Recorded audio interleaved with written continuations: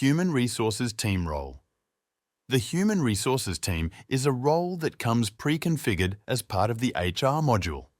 This means that users within the system can be assigned to HR Team Group.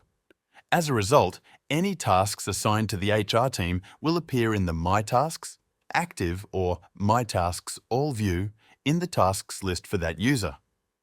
This allows the HR team to easily have visibility of all their tasks, and anyone within the team can pick up the tasks as they come in. Adding a user to the Human Resources team. To add a user to the HR team, follow these steps. Navigate to the Users and Groups table by clicking System, Settings, then Users and Groups. Select the users you want to add to the HR team, then click Add Principals to Group, and then click Human Resources Team. Removing a user from the Human Resources team.